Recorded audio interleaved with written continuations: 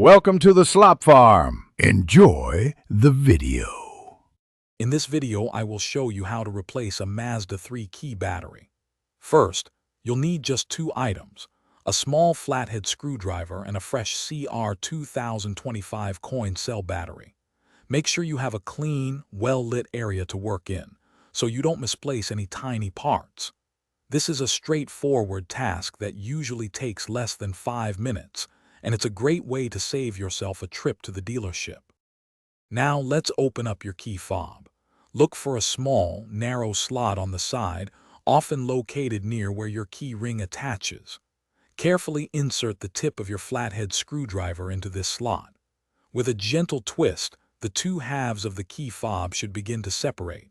You'll hear a soft click as the casing comes apart, revealing the internal components. With the key fob open, you'll see the old battery. Gently pry it out of its compartment using your screwdriver or fingernail.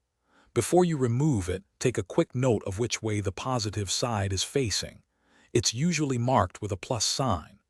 Now, take your new CR 2025 battery and insert it into the compartment, ensuring the positive side is facing up, just like the old one. Finally, it's time to put everything back together.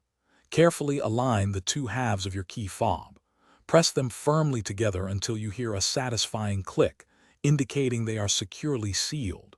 Double-check that there are no gaps around the edges.